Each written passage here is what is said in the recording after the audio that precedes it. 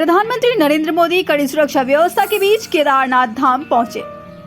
मोदी ने कहा, पहले से ज्यादा आन बान शान के साथ खड़ा है केदार धाम। शंकर शब्द का समझाया अर्थ। पीएम मोदी ने कहा कि आज पूज्य शंकराचार्य परंपरा से जुड़े हुए सभी वरिष्ठ ऋषि, मनीषी और अनेक श्रद्धालु भी देश के हर कोने से केदारनाथ की इस पवित्र भूमि के साथ हमें आशीर्वाद दे रहे हैं। देखिए ये दृश्य। यहाँ की रुचि, प्रकृति, प्रवृत्ति के अनुसार ही इसका पुनर्निर्माण किया जाए। उसमें आधुनिकता होगी, लेकिन उसकी आत्मा वही होगी जो सदियों से केदार की धरती ने अपने भीतर संजोए रखा हुआ है। ऐसा पुनर्निर्माण करने की दिशा में इसका काम होगा। ऐसा भव्य दिव्य आदि शंकर का वो स्थान बने, उनका समाधि स्थल बने, और वो भी ऐसे बने कि आदि शंकर का स्थान केदार से थोड़ा सा भी अलग हुआ ऐसा अनुभव न करे। केदारनाथ धाम हिंदू धर्म की पवित्र तीर्थ नगरी हिमालय की गोद में मंदाकिनी और सरस्वती के संगम पर स्थित है। वर्ष 2013 में आई भयावह आपदा से इस तीर्थ नगरी को भारी तबाही का सामना करना पड़ा। ये दृश्य 19वीं सदी का है, जब मंदिर का गरिमामय रूप दूर से ही दर्शित होता था। इसके पीछे की ऊंची बर्फीली पहाड़ियां दृश्य की भव्यता को और बढ़ाती थी। फिर धीरे धीरे इसके चारों ओर अनियोजित इमारतें बन गई और मंदिर मानो कहीं छिप सा गया। वर्ष 2017 में माननीय प्रधानमंत्री जी स्वयं श्री केदारनाथ धाम आए एवं धाम के आध्यात्मिक गौरव और दिव्य स्वरूप को पुनः स्थापित करने के लिए श्री केदारनाथ धाम पुनर्निर्माण योजना की परिकल्पना की।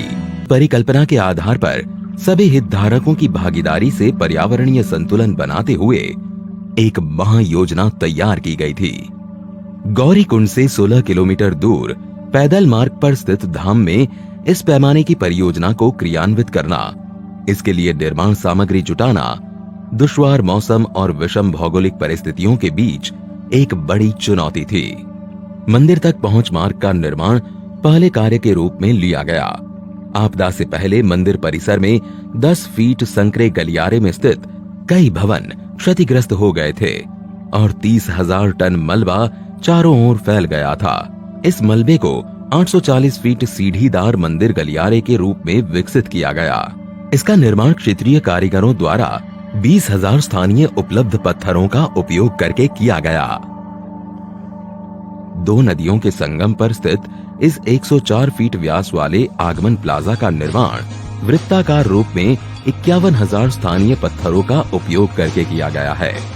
वहीं मंदिर प्लाजा का निर्माण 4,340 वर्ग मीटर क्षेत्र में 15,200 स्थानीय पत्थरों से किया गया है। बाढ़ से सरस्वती और मंदाकिनी नदी के किनारों के साथ बह गई भूमि के पुनर्ग्रहण तथा बहुस्तरीय बाढ़ सुरक्षा कर मंदिर परिसर को एक द्वीप के रूप में बहाल करने के लिए दोनों नदियों पर बाढ़ सुरक्षा दीवारों का निर्माण कार्य किया गया। आपदा से क्षतिग्रस्त हो गए तीर्थ पुरोहितों के आवासों के पुनर्निर्माण का कार्य चौथे कार्य के रूप में लिया गया।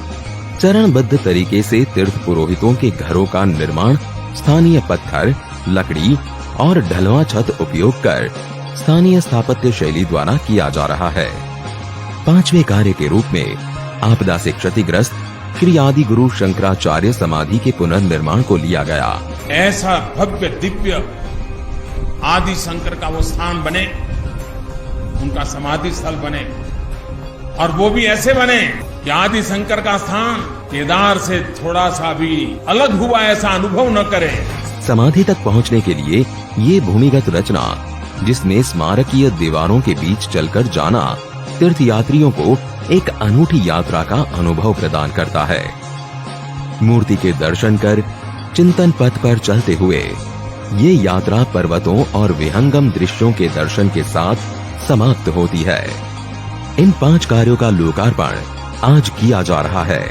इसी के साथ लगभग 185 करोड़ की लागत से निर्मित हो रहे विभिन्न विकास कार्यों का शिलान्यास भी किया जा रहा है, जिनमें प्रमुख है मंदाकिनी एवं सरस्वती नदियों के तट पर स्नान और धार्मिक अनुष्ठानों को सुगम करने हेतु विशाल संगम घाट का निर्माण, धाम में यात्रियों के सुविधार्थ यात्री सुविधा केंद्र, रेन शेल्टर, जलपान गृह आदि का निर्माण, कुशल तीर्थ क्षेत्र प्रबंधन हेतु पुलिस स्टेशन एवं कमांड एवं कंट्रोल सेंटर का निर्माण, किसी भी अप्रिय घटना एवं विषम भौगोलिक परिस्थितियों में यात्रियों को चिकित्सा सेवाएं उपलब्ध कराने के लिए एक अत्याधुनिक चिकित्सालय का निर्माण किया जा रहा है, जिसमें आपातकालीन सेवाएं, ऑपरेशन थिएटर, आईसीयू आदि की सुविधा होंगी। ये निर्माण योजना मात्र भौतिक सुविधाओं को ध्यान में रखकर नहीं, वरन इस स्थल की लौकिक व तीर्थ यात्रियों की आंतरिक ऊर्जा को पुनः जागृत करने का एक प्रयास है। अभी के लिए इतना ही। देखते रहिए लाइट हाउस लाइव।